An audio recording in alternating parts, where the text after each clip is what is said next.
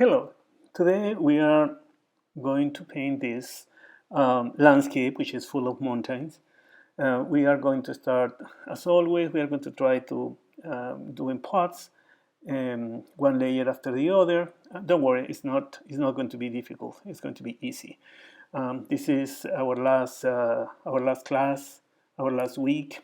What we are going to do is we have to have our watercolor paper framed. So for that we need the tape.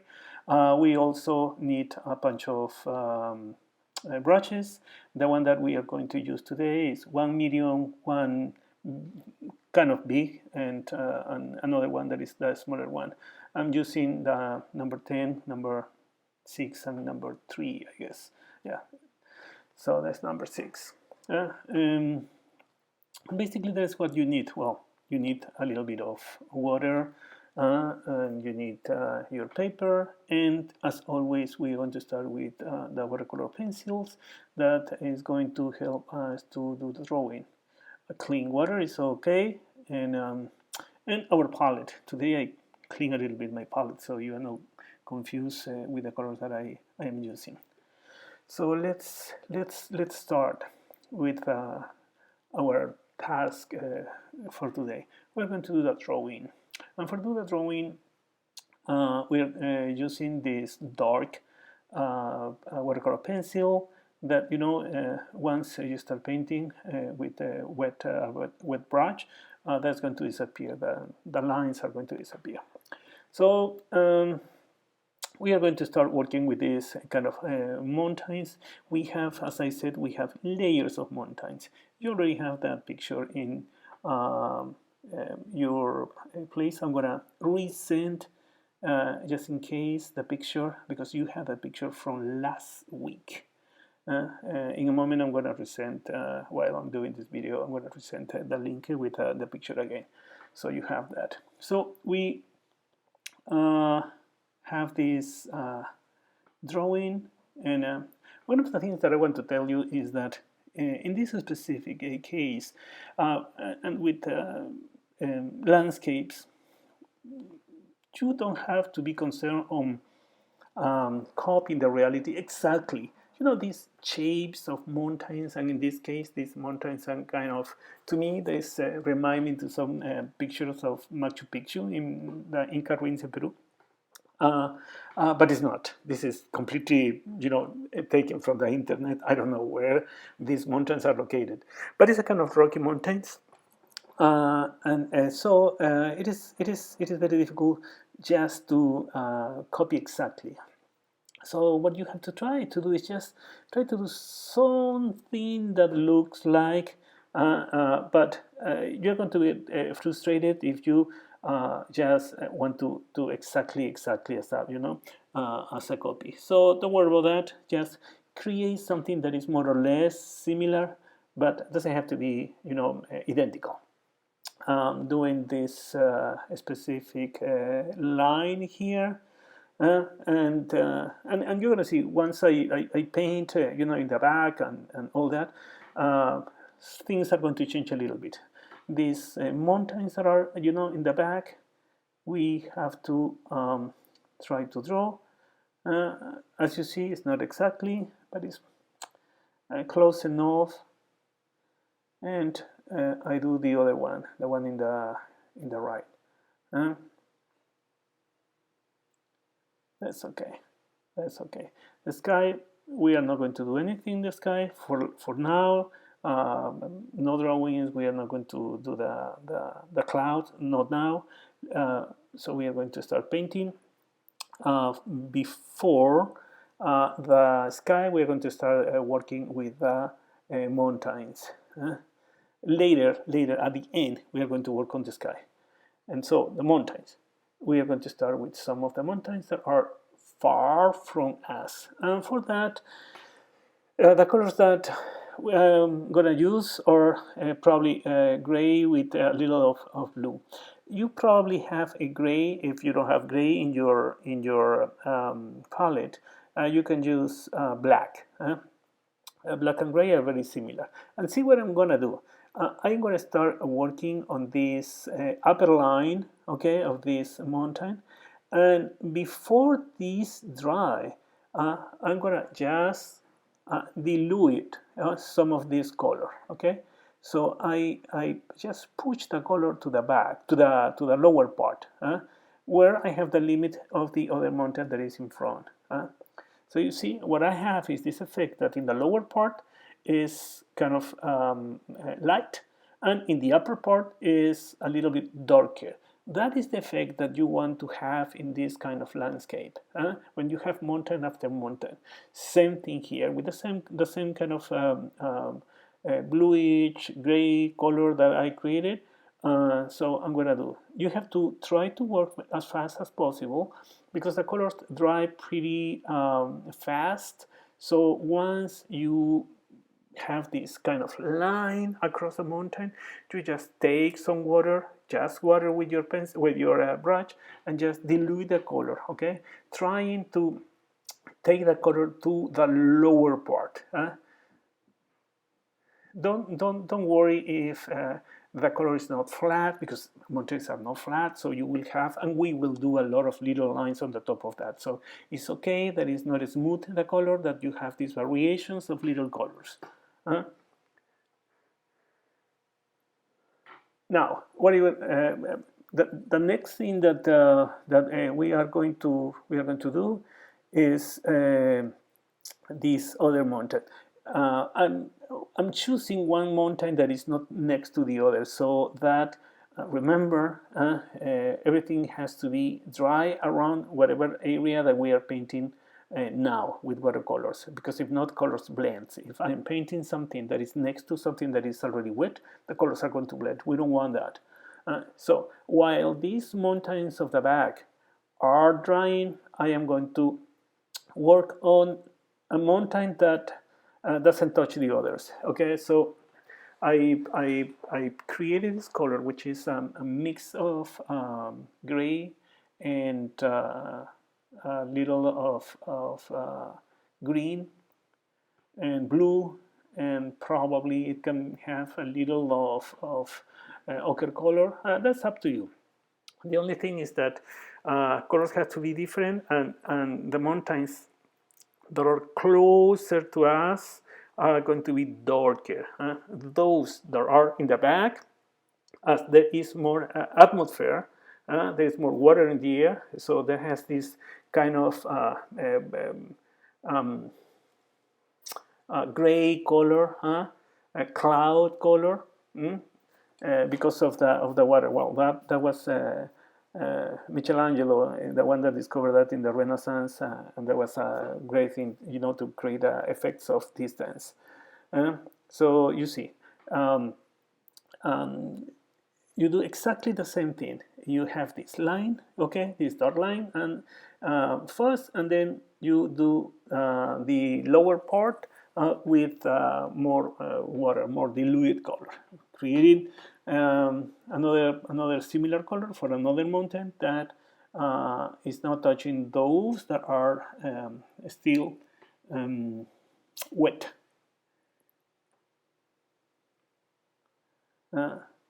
So while we were painting the mountain in the middle, these little ones from the sides were drying. So they are dry enough to paint this other one. Okay, so exactly the same thing, the same kind of technique. So you draw the line, with a color that is a little more dense, and then just water and dilute the color, okay, taking the color to the lower part. So you see the upper part is a little more darker, not only because we started with a color there, but also because we, as we have this line that we have created with a watercolor pencil, that is also pigment that is there, that is helping us to have this effect of dark in the upper part and a little more dilute in the lower part. Using exactly the same thing and the same kind of color that we use in the right part of the watercolor, we just do this other mountain there. As you can see, we're doing this mountain, but the mountains that I am doing are not really exactly, they have some kind of taste of what we have in the photograph, but are not the same.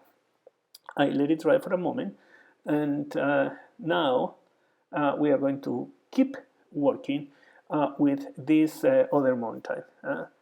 You don't see in the video, but you have, I'm sure you have the picture in front of you.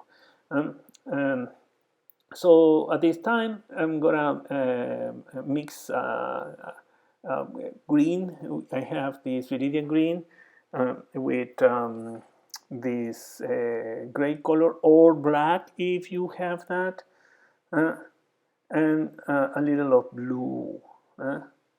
Same thing, you can really choose the color that you want. The only requirement here is that colors are getting darker as the mountains are closer to you. In case I decided that this kind of gray, very greenish is something that worked for me. So I just work on that. Same thing. You have to work fast. You cross the line with the brush and not a lot of water, and then this color that is concentrated is being diluted by what I'm doing right now by the brush. Okay, and so you have exactly the same effect that you had before.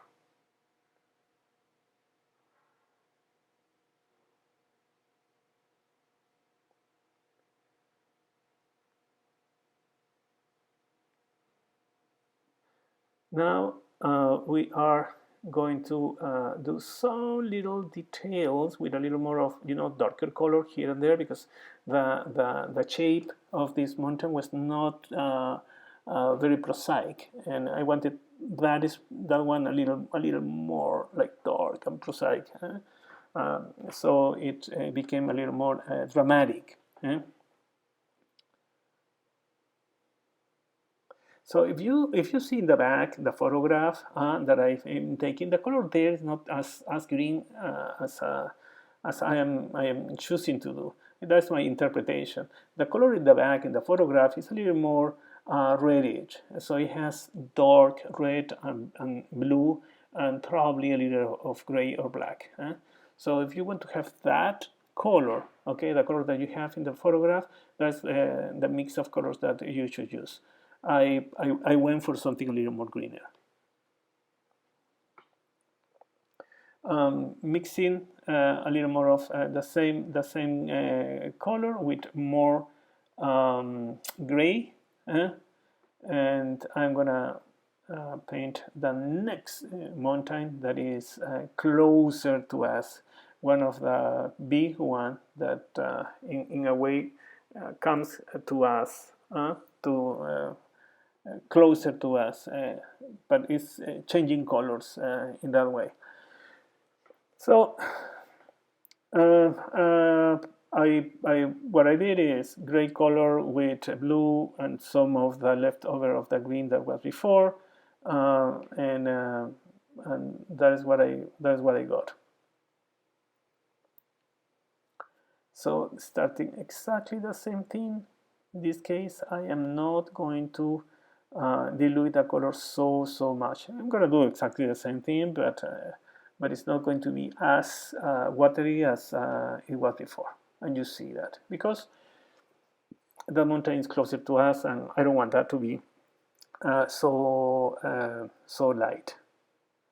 And later, after this is dry, I'm going to go over and clearing some kind of line, because this is kind of like big rock. And as I said before, don't worry about trying to create a surface that is completely smooth. And some of the difference of colors that you are going to get now are going to help us to create the texture of these mountain, these rocky mountains. A little more of color, gray plus dark red, and so very concentrated in this case, because I still don't have the kind of tone that I wanted for this part. So it's still too light, and I want this to be more dramatic. Pay attention, look how I am working with the brush, okay? So as in the class with the fruits, we said you have to try to follow the rhythm of the object that you are painting. In this case, the mountains, you know, they have a rhythm that goes like going to the sky. And so that is how I am using, okay, the brush. It's not a surface even, it's a surface that it has full of these kind of stains and lines. That helps.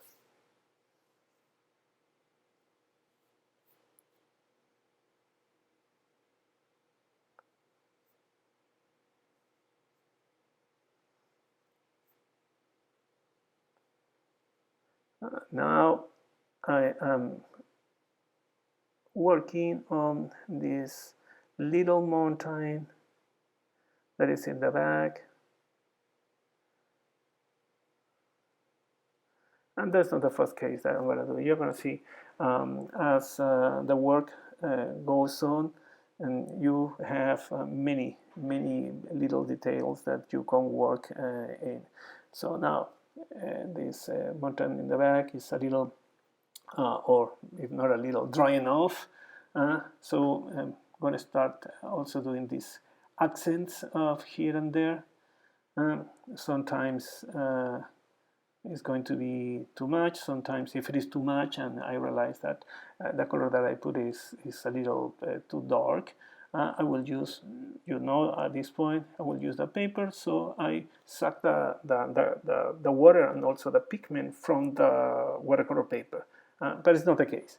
But later on, you're going to see that I am using or I will use the paper. So with this very light color left over that I have, I'm starting to do these details. Okay, so another mountain, or the insinuation of another mountain there, and some of these lines that goes, you know, across the landscape. I am not copying. I am at this point. I'm just doing an interpretation because it's going to be so hard to copy every single part of these photographs. So it's just that we have to give the sense, the taste of mountains, of rocky mountains. So I mean, really inventing these kind of lines, thinking it can be here or it can be there. Once these lines dry, probably knowing myself, I'm going to paint on the top of that some more lines. And you see, for example, in the middle of this watercolor, already the watercolor are dry, and you see from, you know, the difference from when the color is wet to the difference when the color is dry. So and when the color dries, immediately tells you that you can do a little more detail here, or you can do a little more another detail here. So in this case, for example, I just imagine there is another mountain there. But I want this to be very soft, so what I did, my friend, the paper. So now I left this to dry a little moment, so 10 minutes, and I am going to start working on this green color, green dark color of the very dark color of the mountain that is next to us. So I mix brown with gray and some green. And so you see. This part is the darker part and the darker color that we are going to have in the whole watercolor. Because that is the way that you see that the sun in the photograph, the sun is not touching this part, it's in the shadows. Okay, so we are not going to use a lot of water, not in this part. We are making the difference. Whatever is not painted now is white. Okay, it's going to be green later. So you have this kind of green on the top, as you see.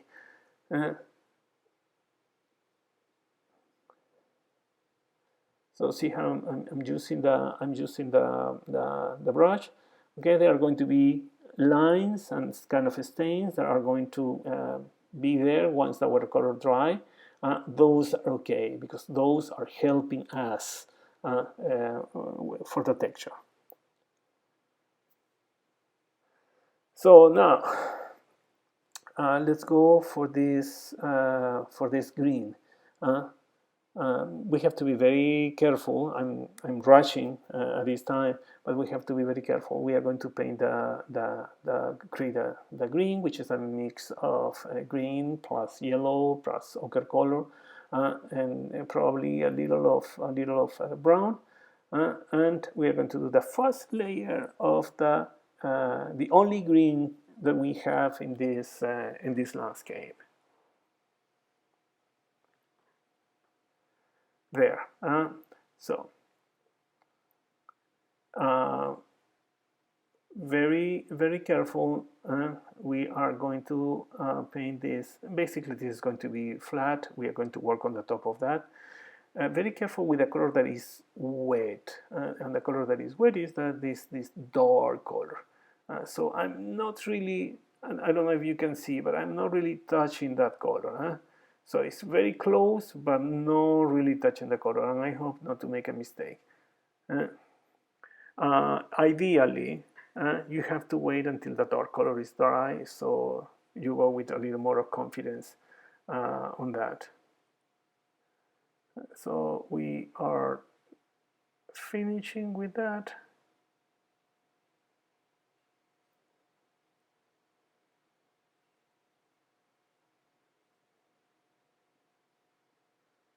And while that is drying, we still work on these mountains. So I have some gray color left over of something that I don't still remember what's the left of what, but the technique is exactly the same. So in order to so you saw what I did, no? In order to make that far away from us, I painted, and then I took some of the color with a paper.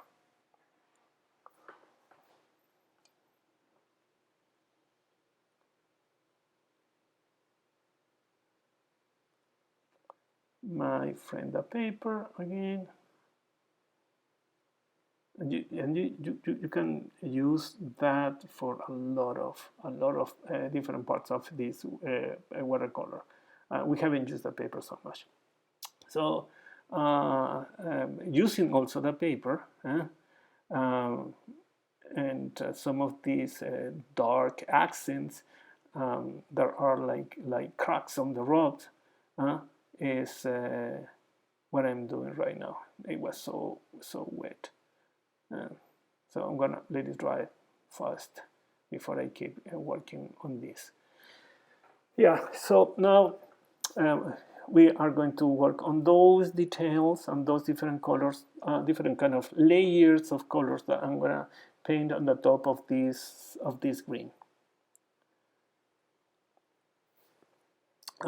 Making a mix of green plus a little of brown, and basically that, and see what I am doing.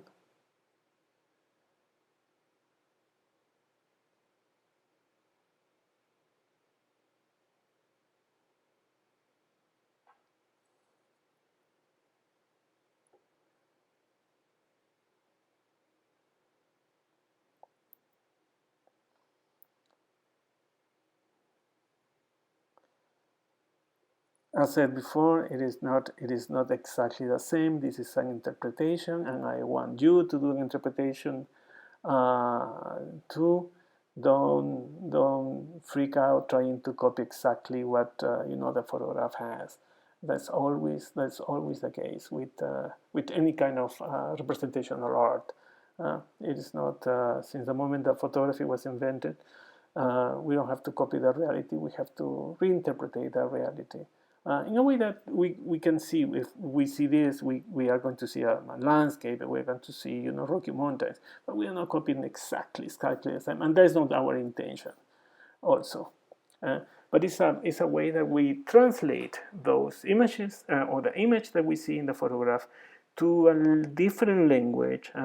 And how do we divide the work? How do we making steps the work of this representation of the mountains in a way that is not chaotic, and that we have some kind of result that is going to satisfy us. I'm doing my best for the video, but that doesn't mean that you are going to do even better. If you practice and practice, you're going to be genius of the watercolor, I'm sure. It's just that you have to keep practicing. And practicing with things that are kind of easy, not too difficult at the beginning, and then you higher the level of difficulty. I am working right now on some of these layers of different kind of colors. In this case, I have this green with ochre color. So what I'm doing, I am enriching. Okay, I'm enriching the green. So the green is not flat. It's a green that is attractive. That is going to insinuate some vegetation, maybe, or I want.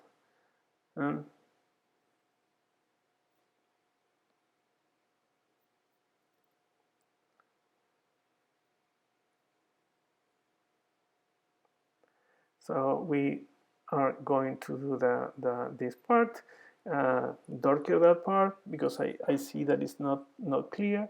So it is already that part is already dry. So I'm gonna darker that part with basically with gray.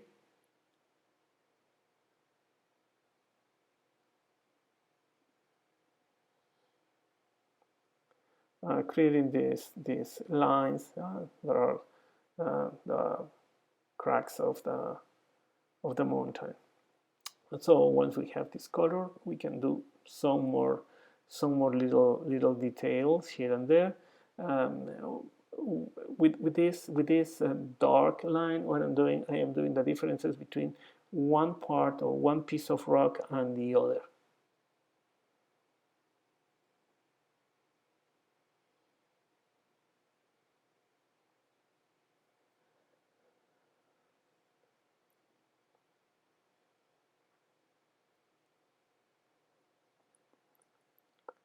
We keep doing this detail, these little lines, and just you have to get loose and do these lines here and there, and don't worry if it is something that is not in the picture. It's going to be okay. That's the good thing with landscape. You can really interpret the landscapes and in ways that are incredible, creative, and still when you see what you have produced, you still see a landscape. In this case, you still see these Rocky Mountains, even though you haven't really copy every single detail.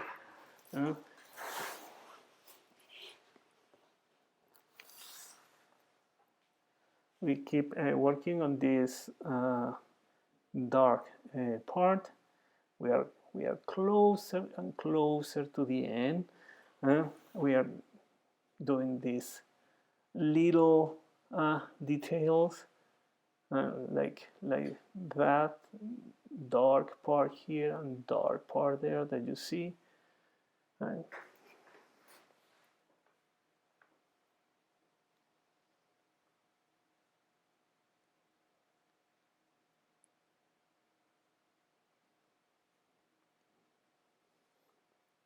keep working.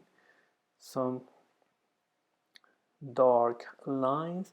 This part is already dry enough, so we can work on these cracks of the rock without erasing the initial color.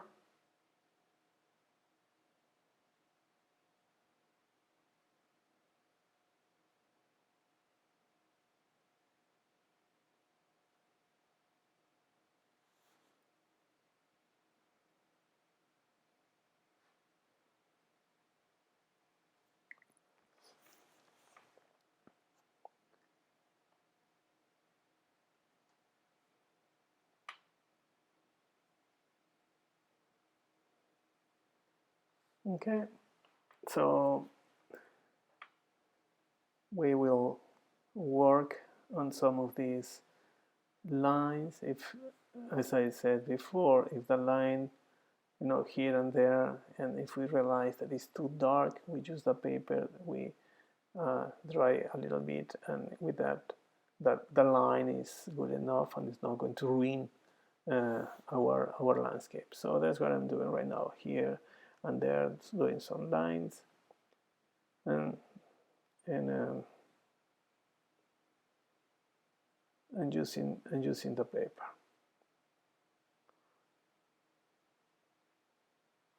I don't, at this part I don't have really a plan of what I'm doing. I'm just following my instinct and creating these little lines here and there. So we are getting closer to start working on the sky. But you see, even if we don't do the sky, we already have something interesting in front of us.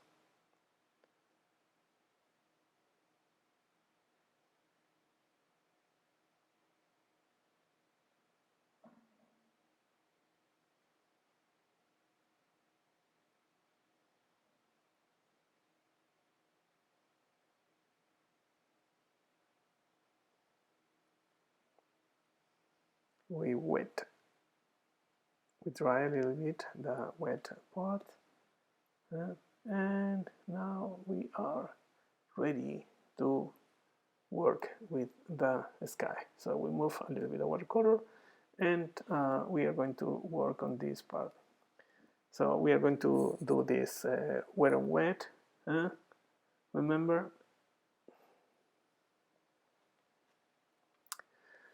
Okay, so just water, okay, in the upper part, just water, clean or more or less clean water. Not in my case, but because if you see the water that I'm using, it's already dark, but doesn't matter. It's not really covering with color, or not a color that is bad. So I have the paper already wet.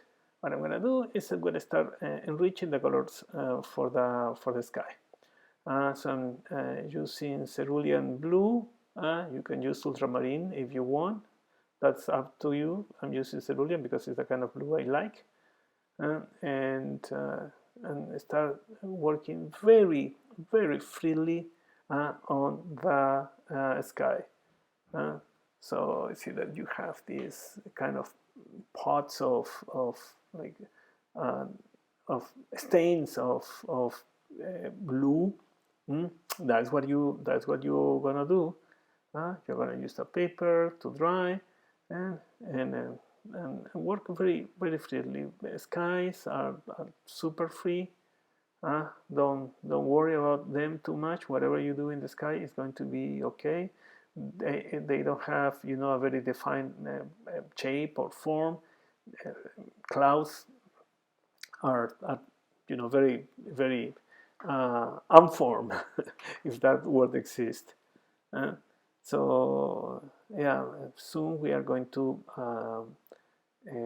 paint this lower part of the sky with some other colors, probably yellow and some orange, as we have in the photograph.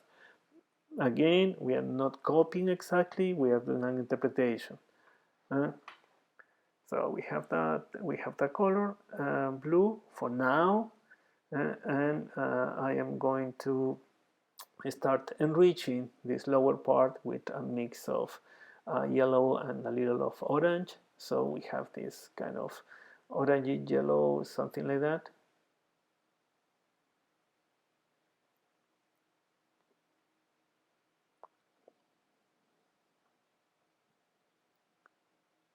Okay. Okay, so now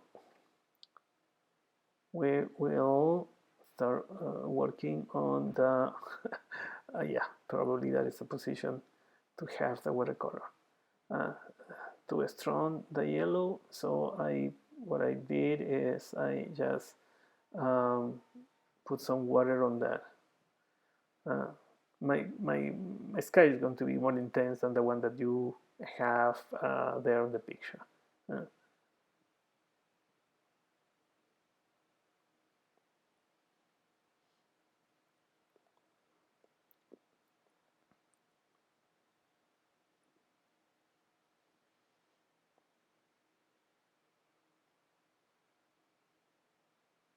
We keep painting the sky, and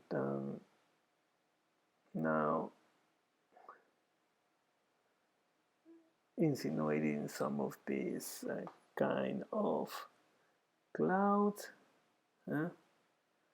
This sky is kind of um, undefined, so whatever we do is going to be okay, but just we have to give like kind of like sense of feeling of a sky and some kind of a feeling of clouds. So little dots here and there are going to help us.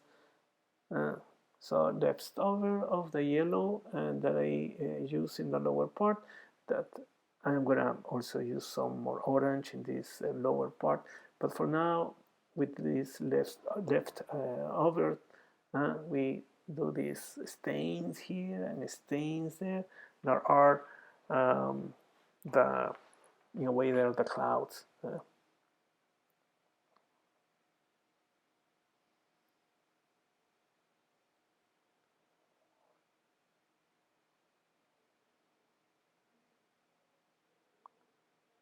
We use the paper again. Uh,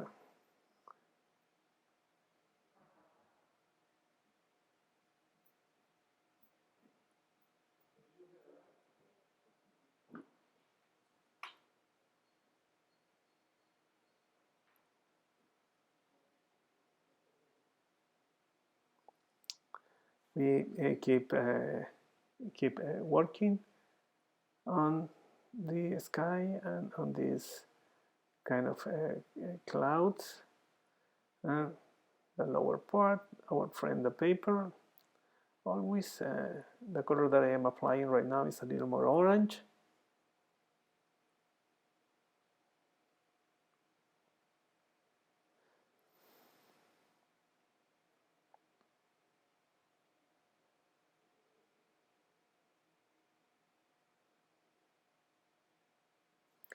And why? Because it is uh, orangey, this lower part.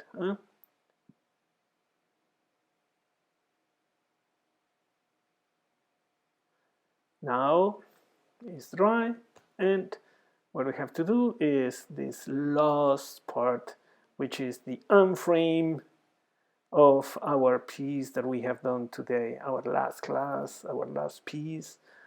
There's going to be a second part of this class. I don't know when. We are going to inform you about that. So happy last class.